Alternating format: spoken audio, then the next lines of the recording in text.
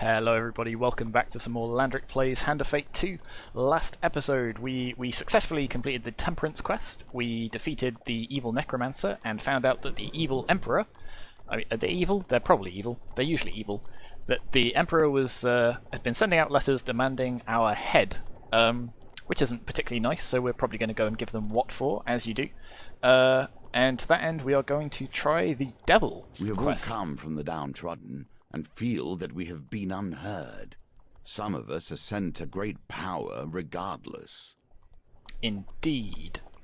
So 4 lives hang in the balance as a mysterious stranger offers help for a price. So interesting, we aren't allowed any companion, chance cards, and empire combat. Alright, let's see what happens. So that's also not a lot of encounters.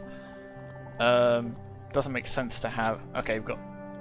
Interesting. Unlimited platinum cards. So let's maybe stuff our deck with a few of those then. Let's try... Interesting. So Merchant's Favour will give us equipment in exchange for a companion. We're not allowed to take a companion, so does that mean we get this for free, or we don't get it at all? Let's grab that. Let's grab this. Let's grab... the Maiden and the Shrine as well. I don't know, we're just gonna... I tell you what, let's take nothing but platinum cards and see what happens. Yeah, let's go with that. Let's see what happens. Equipment. Again, unlimited platinum cards, so... I guess we'll take... Do we have...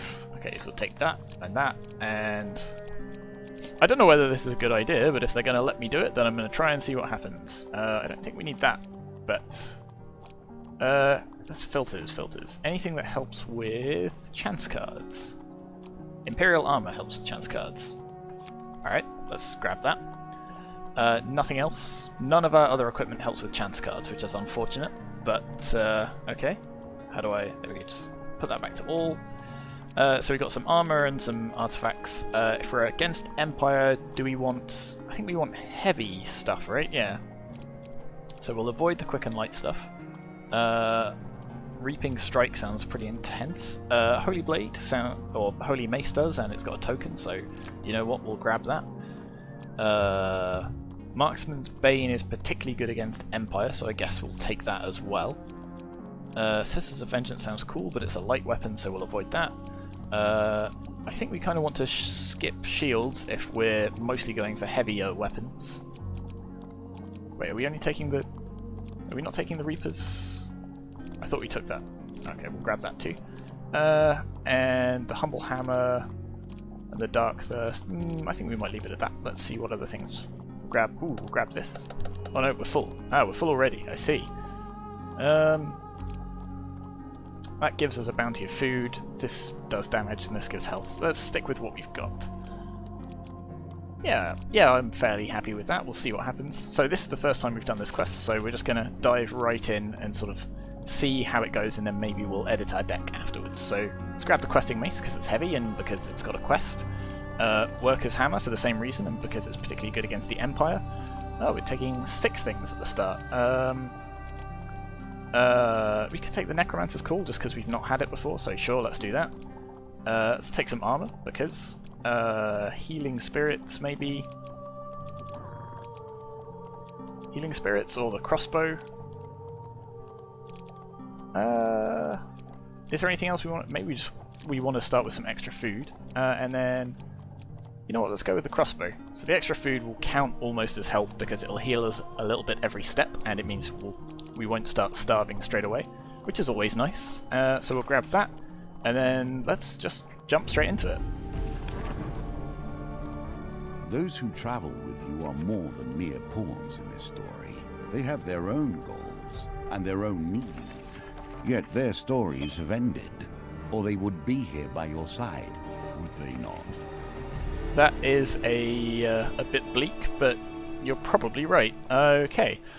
You arrive at a tavern one evening, anxious to settle beside a roaring fire with your companions. As you enter, however, you are surprised to find no familiar faces. After a meal and several hours of waiting alone, a priest rushes in. Your friend Ariadne lies stricken at our temple. You arrive at the temple to find Ariadne lying on a simple bed, attended to by church official. He explains that she has been stricken with dark magic that is slowly draining her life. Somehow, this malady resists our attempts at curing, the official says sadly. It's as if her very soul were poisoned. I'm sorry, her time is limited. The official leaves, shaking his head. It is not my place to say, the young cleric whispers, but perhaps there are other places you may seek help. We're going to make a deal with the devil, aren't we? Oh boy. In my work helping northerner refugees, I heard tales of their high priestess, a mystic of sorts who moves freely between the realm of men and the world beyond. If anyone could help your friend, it would be her. You know that the northerner priestess will not see you unless you possess enough blessings, but you have few options. With the young cleric's help, you ready Ariadne for transport and leave the temple. How are we going to get enough blessings with just these 2 cards? I have met spirits, gods, and death himself. I have no more respect for them now than when I believed them myths. Interesting. I guess maybe that's why we're allowed so many platinum cards, if we have to try and weight our deck so that we can fit 4 blessings into 2 cards. That's going to be tricky to do though. So maybe if we finish this we'll get the silver token and not the gold, but then we'll come back and we'll stuff our deck with all the necessary cards. Okay. Your quest brings you to a remote shrine high in the mountains. It is revered amongst the few local peasants for its remarkable healing properties. You kneel before the shrine and beseech the gods. Slightly suboptimal, but we'll re-roll this, and there we go, just about. Sunshine appears through a break in the clouds to bathe you in a radiant glow. So you get some max life, and some more max life. No blessings. When times are so dark, you are lucky to have allies willing to assist. Ah, so this is how it's going to work, isn't it?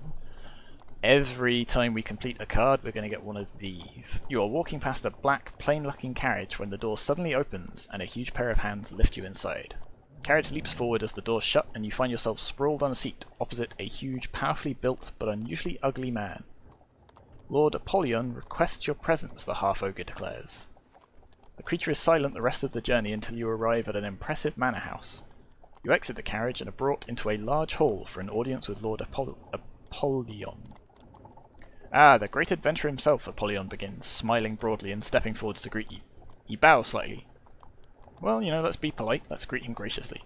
I have heard of your exploits. I too am but a servant of the Empire and its people. Yes, we are loyal servant of the Empire, despite them trying to kill us. I'd like to offer my services if you ever have need of them. I don't presume to wield a sword or dodge a claw troll as well as you, of course, but I do try and support good people with supplies, and such, especially heroic figures such as yourself. Apollyon invites you to stay and entertain him with stories of your adventures so far. He seems captivated by every word, and several hours pass quickly.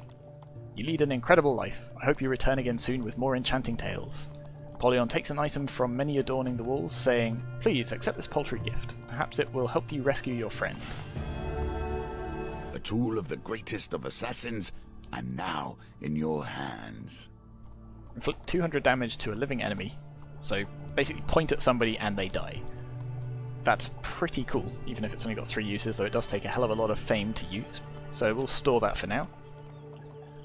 Allow my coachman to take you back, and please come visit again at any time. Okay, so he's going to be over there. Okay. Let's go here and see what happens, and then maybe we'll go back. Aha! On this day of penance and interesting. So we've got 1 of 4 blessings because we started with 1. I guess that's the Necromancer's Call. Speaking of which, we should check what that does.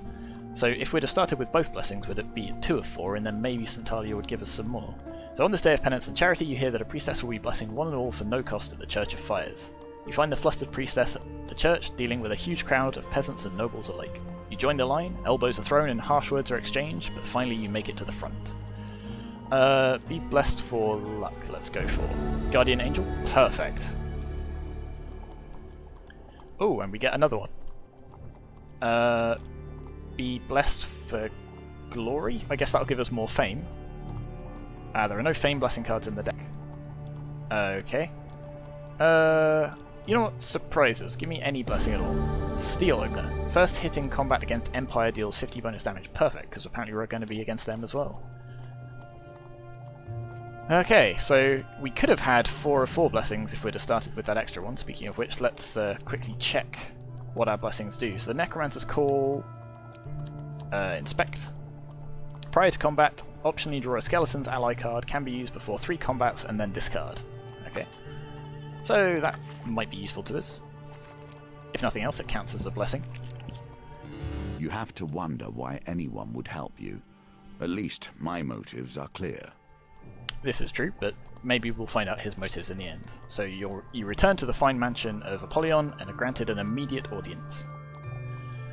We explain that we lack the blessings. Perhaps I could be of some assistance. I must confess that I have a weakness for games of chance. Apollyon leads you to a table in another room and a set of cards is set out upon it. If you win, I will provide the blessings you require. Yes, I have the means. You'd be surprised what magical trinkets end up in my possession as part of my work. If I win, then you must pose with me for my next portrait. It will be titled Champions of the Empire. Perhaps I shall have a statue of us made as well. Okay. I'll even stack the deck in your favour. Okay. Oh wow, that really is not shuffled especially well, and we've got our Guardian Angel, so yay, we won. I feel like he may be letting us win. He gestures to a darkly robed man who you failed to notice standing in a shadowed corner. The man comes to stand before you, his deep voice slowly intoning words in a foreign tongue. Hooray, we have been blessed. My associate is a follower of an ancient religion that you may not be familiar with, but rest assured his devotion is second. Yay! As you sit through the lengthy ritual, you find yourself drifting in and out of consciousness, whether from the droning voice or the potent incense being burned, you cannot say. Revive your companion at the beginning of each new map. I mean, we don't have a companion, but... bonus reroll, that actually is very, very useful. Deft Eye, reduce the spin in a wheel gambit. And and +1 to score of dice gambit. So we're now at 7 of 4 blessings. I expect you'll want to begin your journey to the High Priestess immediately. Okay, so... Devils wait in the darkness, but which devil will you focus on? As you pass near a darkened alleyway one evening, a blackened and misshapen hand grasps you, pulling you close to the darkness. You stand at the precipice of ruin. The Dark Lord has taken an interest in your destiny, and even now is engineering your downfall. The hunched creature pulls you with surprising strength further into the shadows. But I can help. There is magic that can help you beat him at his own game. We can craft it, you and I. Doing so may test your spirit, but that's better than eternal darkness, eh? So, I'm wondering... I want to know what the twist is. I mean, we'll play it out and we'll find out, and then we'll come back and do it again if need be. Right now I can't decide if Apollyon is secretly the devil and is engineering our downfall, or whether he actually is just some really nice noble and it's this guy that's secretly plotting our downfall. I feel like there's going to be a twist and I don't know what it is. Okay. We'll meet again, will we? Alright.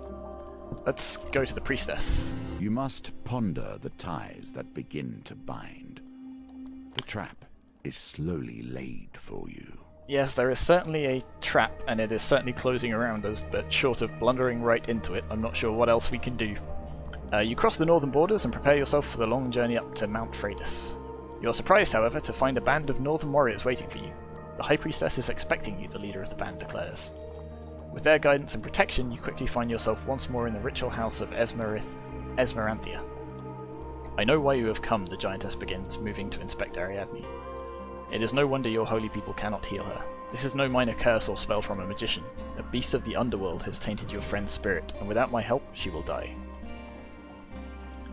I think your fate will be to one day destroy the one who brings ruin to my people. Until then, the enemy of my enemy is my friend, yes? The Queen of Frost sends you to another room as she prepares the ritual. Many hours later, you are summoned again. You find the Queen standing over Ariadne, who, apart from being famished, appears fully recovered.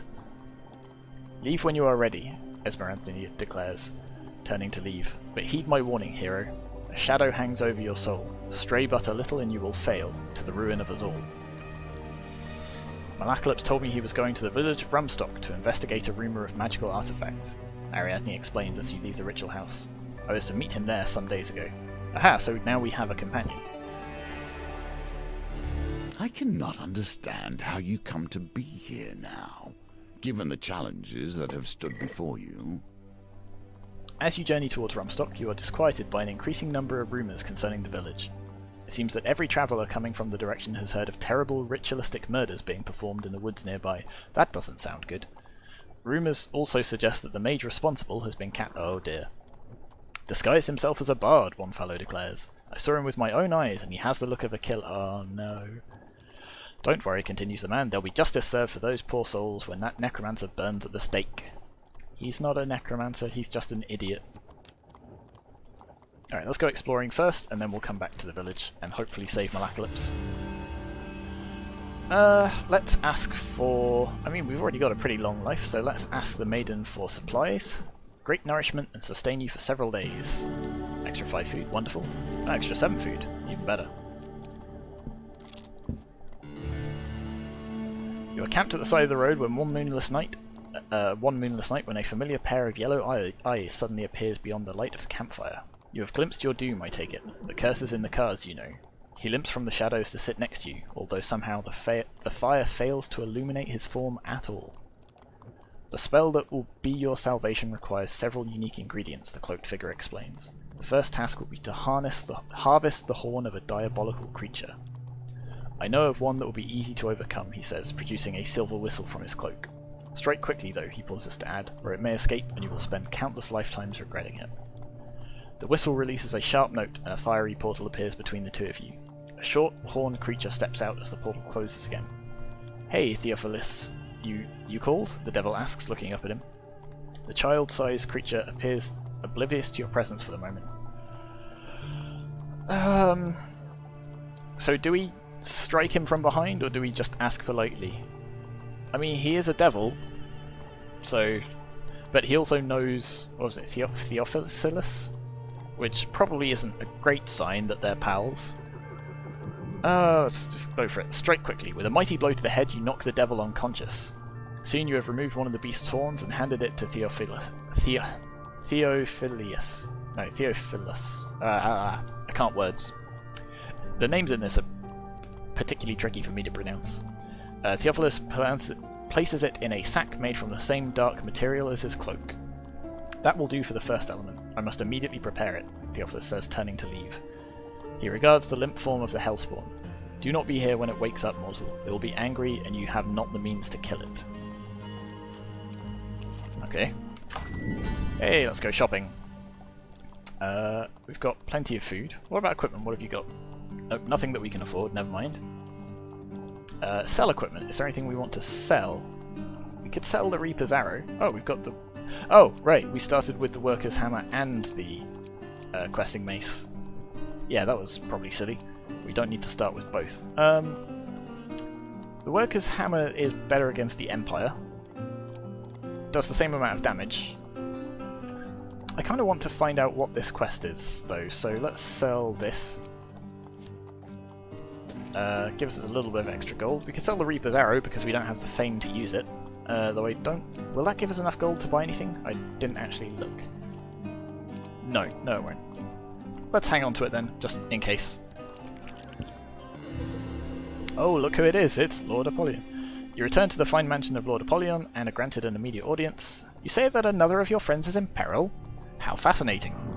You relate some details. We live in dangerous times indeed.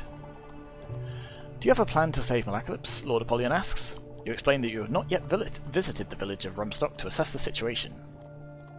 I expect you'll want to travel there immediately in order to save your friend. Would you like transport? Yes, okay. My butler will show you to the stables. Take Bluetail. She's the fastest. Lord Apollyon's stables turn out to house an extensive array of animals. You are helped onto Bluetail's back, and the griffin rises into the air. So that carries us straight there. So the noose begins to tighten, and we question the very stakes. We question the stakes, because he's being burned at the stake. Never mind. We approach the village. A wooden stake with brushwood piled around it stands in the village centre. A few peasants stand around talking eagerly about the impending doom of the so-called necromancer. You track down the town mayor, who, despite your pleas, refuses to consider sparing the mage's life. The creature is bound head to toe in blessed iron, and he'll stay that way until burning under a full moon. Good, decent folk from this town have been murdered, and I will see to it that they receive justice. We plead his innocence, and who are you that we should listen, the mayor exclaims. It will take more than the word of a nameless mercenary to free, because we don't have enough fame. Okay. I wonder who could possibly help us out. Yet another deal with the devil? confess that you cannot convince the villagers of Rumstock to free him. Those dreadful peasants in the provinces can be savage folk, Apollyon declares, but I have a solution, if you'll but play the cards once more. If you win, then I will use my considerable influence to spread word of your great deeds in service to the people. Bards will sing your praises across the Empire. The rabble love nothing more than a hero, a real defender of the people, he explains dryly. If it helps, I'll even have my personal herald accompany you. Your needs are more particular in this case, so I must insist that you up your ante. If I win, you must stay and entertain my guests with tales of your adventures. Okay, I mean, we've got no choice. I don't think we'll accept Ariadne's help. We've still got the Guardian Angel, so this should help us. And we still have a blessing that slows down the deal. Either that or he's just helping us out. Another win! Fancy that. I shall make plans with my associates tonight to support your cause. By the time you reach Rumstock, your name will be a legend. Now we can use the Reaper's Arrow because we've got incredible amounts of fame. Held you at death's door, now in your hands. You know what though? I don't actually think we'll equip it because we've got the crossbow. Yeah, you know what? Let's just take it. We don't have to use it. I mean, we've not found any combat in this particular run, unless we're going to have to face the devil himself, and I kind of hope we don't. Let's approach the village again. Look, the hero of the Empire is in our village. Ah, fancy that. You're here for the demon, of course, the mayor says as he approaches. You must have heard that we captured it all by ourselves. Don't worry, we intend to burn it during the full moon. You know what, why don't you release this horrible demon into my custody and I'll take care of it for you. We asked the mayor to take us to Malacalypse, who you find sitting in a small cell bound in silver chains and set with glowing runes. I wonder who gave them chains with glowing runes. That doesn't seem like the sort of thing peasants would have lying around, does it? With some effort, you managed to convince the mayor to release him into your custody for proper disposal. I'm sure you would know best when it comes to creatures of the underworld, the mayor says, but we have the fire planned and everybody is coming. Perhaps you could stay just until the full moon? No. At the edge of the village, the mayor reluctantly removes Malacalypse's chains and stands well back as you leave. Those country folk weren't kidding around. Yeah, you're too right. He goes on to relate how he was set upon as he entered the village, being accused for some local murders involving magic. It sure seems that the Nuo was coming. And where did they get those anti-magic? See, I told you. You fill Malacalypse in on what happened to Ariadne. What about Estrella and Colbjorn, he asks as you begin your journey back towards the capital. So many enemies await you, and so many would stop you moving forward. The next day you stop to rest at a small inn. There are a few other patrons as you as you consume a sparse meal in before retiring to your room. Moments later you hear a noise at the window. It suddenly opens, allowing a hooded stranger to slip inside. Relax your sword arm, mercenaries, the woman exclaims, ordering you away with an open hand. I seek only to deliver a message, that your colleague Colbjorn has been acquired by the guild. You see, she continues, leaning against the windowsill, with recent setbacks to our income potential, we've had to expand our enterprise with kidnapping and so on, and a rival tribe has an impressive bounty on your friend's head. It's all just business. For only 150 gold, you can buy your friend's life back. Bring the gold to the East Market Square and somebody will contact you. Boy, I wonder where we might possibly find 150 gold. Otherwise, well, I can't say how we'll be treated by those barbarians. Cloaked woman ducks back out of the window, vanishing into the darkness once more. Alright. Okay, Merchant's Favour. Let's, do we want the Harvest Blade, the Imperial Armour? Oh no, it's the Imperial Armour that slows it down. Okay, he really was just going extremely easy on us, wasn't he? Well, we've got the mace that we're using, so I don't think we need the Harvest Blade. We could use it, but we've not faced any combat, and I really want that token. Though it looks like we're not going to get it, given that there doesn't seem to be much in the way of combat. Let's take the Imperial Armour. That'll help us with the card shuffles at any rate.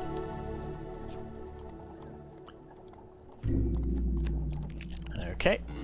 Oh, the Grey Traveller again. You sit resting next to a river one afternoon when Theophilus'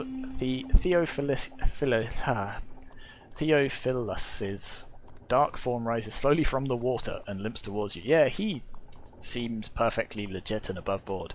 He appears to be completely dry when he stops before you. Mortals often contemplate their own doomed existence in the light of the setting sun, but yours is more doomed than most. Okay, what next? Actually, no, why are you helping us? Ha! I have offered to help you with no mention of reward for myself. Of course you are suspicious of my intent. He stares into the distance for a moment before saying, I have my own reasons for seeing a poor, helpless soul escape the clutches of the Lord of Evil. The next step is normally as difficult to achieve as obtaining a devil horn, but luck is again with us. The agent of your downfall has provided us with exactly what we need.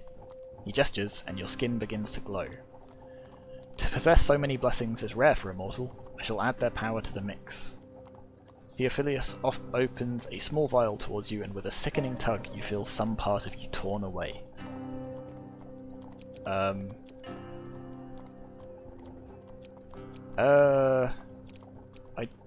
Which one was this one? Deft Eye.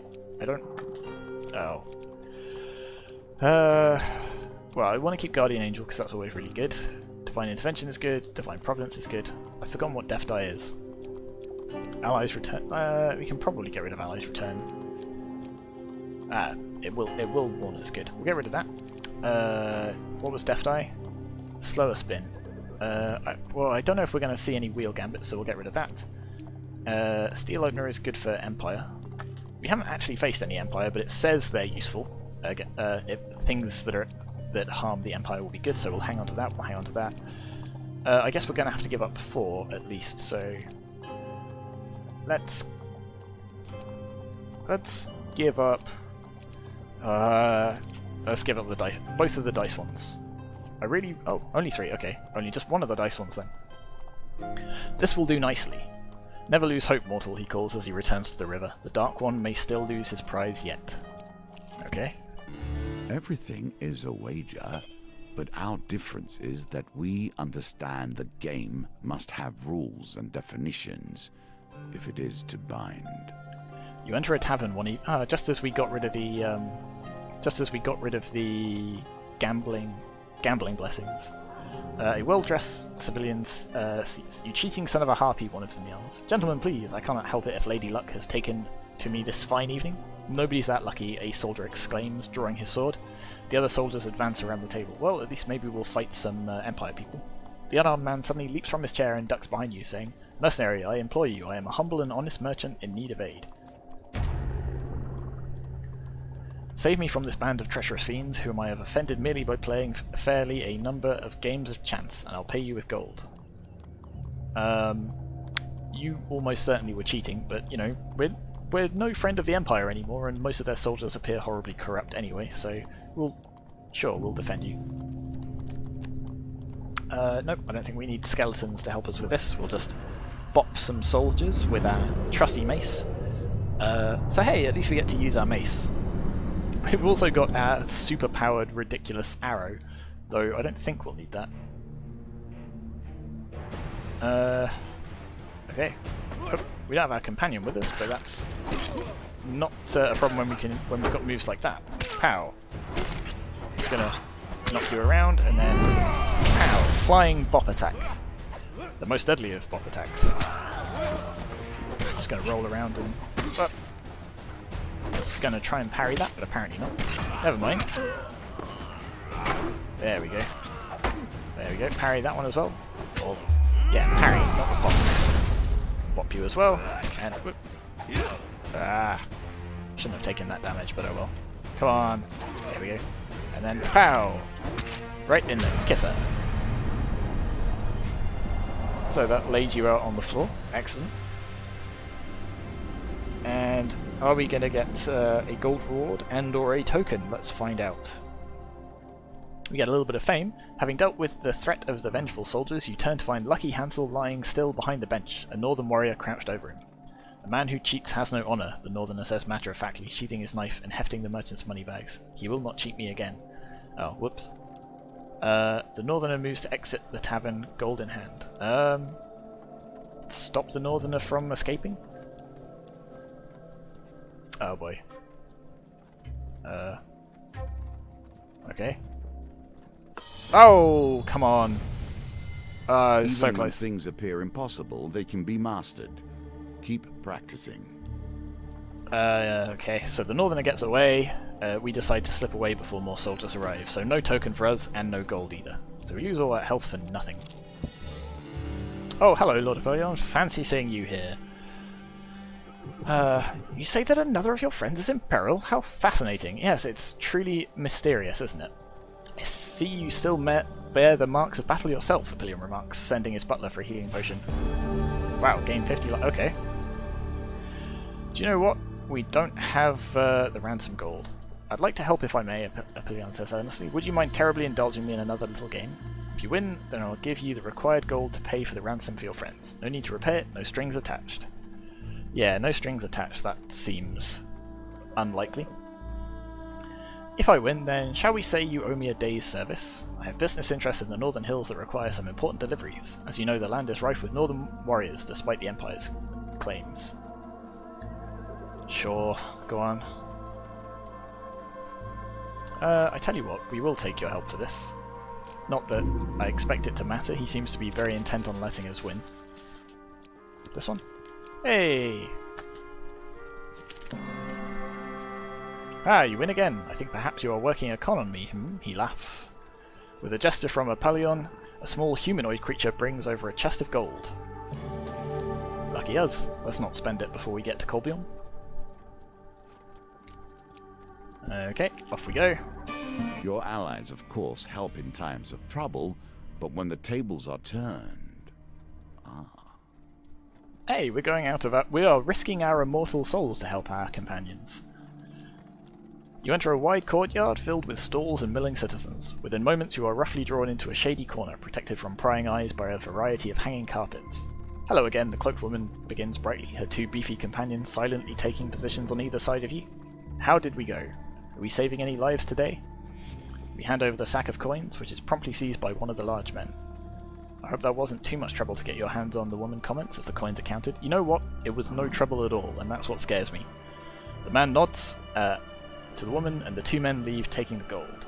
No hard feelings, it's just business, the woman smiles, throwing up her cloak. Suddenly she dashes away, vanishing behind a pile of rolled up carpets. Afraid that you might have just been hoodwinked, you wander back through the crowds in time to see Colbjorn being thrown from a moving wagon. You paid them, he says, standing and brushing himself off.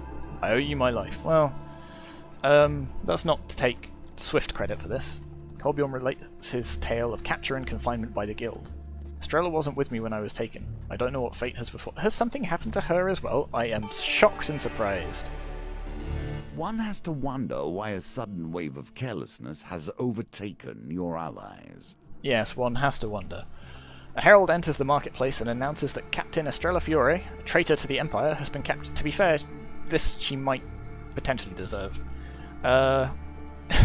She has been sentenced to death by the Emperor himself, the herald continues. Let her fate be an example to all who would consider defying his will. She's certainly been defying his will a lot, though I'm not sure it necessarily merits execution. It won't work, interrupts a commoner. The more executions he hands out, the more the free people will rebel. The Emperor is cracking down on the lawlessness running rampant in this city, the herald responds, and you sound like a rebel yourself. Discreet inquiries lead you to learn that Estrella is being held in a remote Empire stronghold, but nobody claims knowledge of where it is. Aha! Interesting. How will we ever rescue Estrella if we cannot even find her? Ariadne asks in anguish. How indeed. So there's no path between there and where we need to go. Okay, let's deal with the thieves. Unfortunately, no Estrella. But we do still succeed. So we get some ludicrous gains cards. Let's go for that. And the gold. Not that they'll necessarily come in handy, but hey.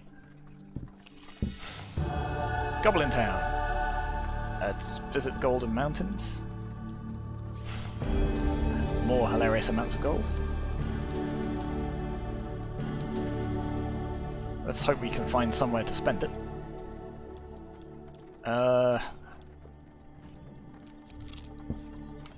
Oh, hey, would you look at that? Somewhere to spend it.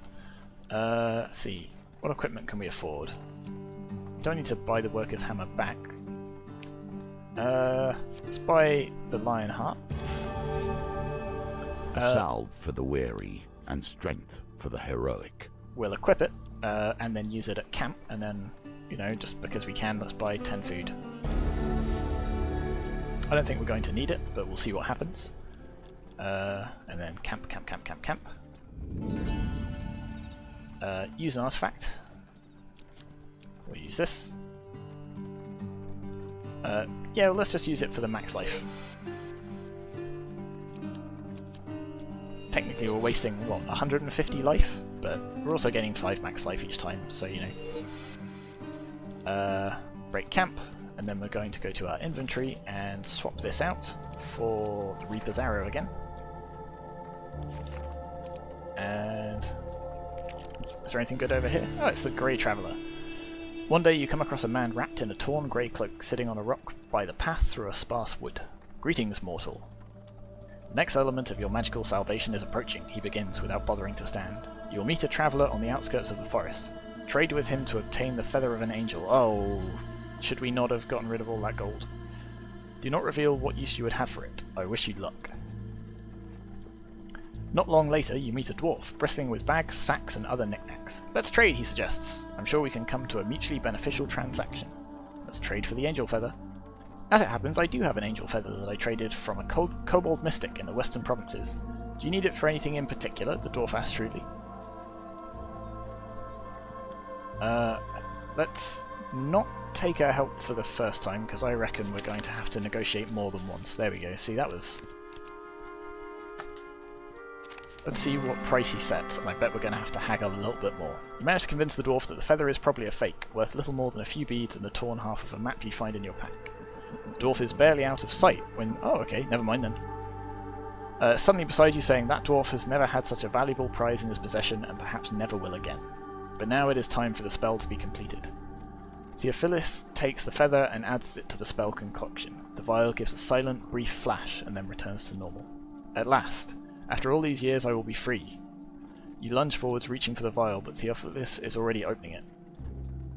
Ah, so that's why. Okay. Okay. Oh, I very nearly messed that up. That will set you in good stead from here. No, Theophilus cries as you wrestle the vial from his grasp. Please, mortal, you don't understand. This is my only chance for freedom. Let's ask Diddy explain himself. I was like you once, full of purpose and an inflated sense of destiny. I dared to stake my soul on a card game. I've been enslaved since before the Empire formed, before even the Dragon Slayers waged their war. I have seen and done things that would drive you to madness. Without the vial, I shall suffer countless lifetimes more. But we have to rescue our friend. Okay. So what we need is... Okay.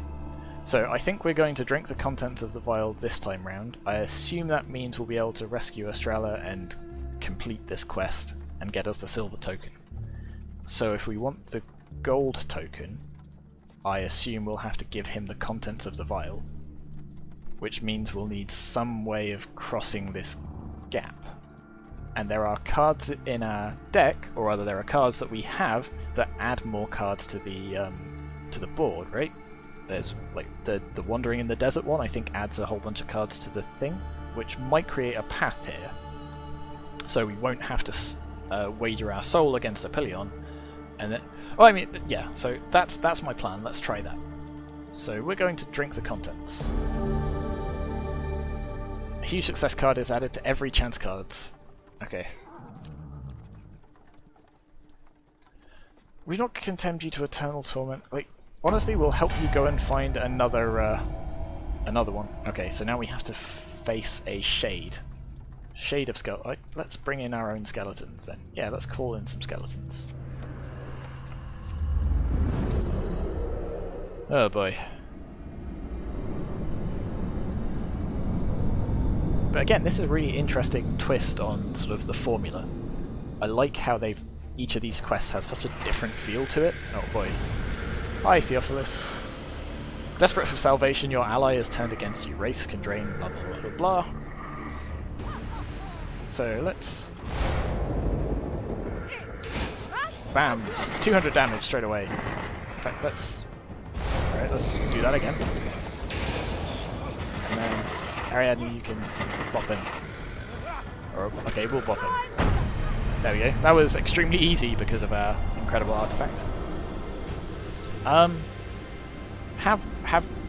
You know, maybe we've put him to rest now, perhaps. That might not be quite the same. Death is no release. Oh, never mind then. Death is no release for me, Theophilus whispers as he fades away, and soon it won't be for you either. Okay. You return to the fine mansion of Lord Apollyon and are granted an immediate audience. You say that another of your friends... Yeah. How goes your quest? Alright, let's ask for your help. This is no trivial thing you wish to gamble for this day, Apollyon says, looking concerned. Even I cannot sway the Emperor's decision on your friend, and helping you intervene would be tantamount to treason. Perhaps if you win, that I could give you the means to rescue your friend. But if I were to make such a gamble, then you must risk something equally significant. If I win, you must serve me until I release you. Or until I die, of course. Well, champion, are you willing to gamble one life for another? Apollyon smiles wickedly and deals the cards. Fail, fail, fail. Haha, fancy that. Yes, let's ask for Ariadne's help for this one. So we've got 2 huge successes and a bunch of failures, and he flips them pretty substantially there. Let's try this one, and our guardian angel will let us redraw. Damn. And now you are mine, Apollyon says, standing. He gestures for you to rise, and you feel unnaturally compelled to do so. Follow me, hero, and we shall see what mischief we can put your talents to now. Apollyon leads you through a door etched in strange symbols and down a long, long set of stairs and into darkness. Your old life and the fate of the Empire is left behind forever. Okay, so we just immediately lose. Well, that's a little bit disappointing. But hey, at least now we know... The impossible seems out of your grasp, at least for now. So now we know the twist, now we know the quest. Perhaps next time we'll do a little bit better. Okay. Thank you very much for watching, and I'll see you for the next episode. Bye-bye.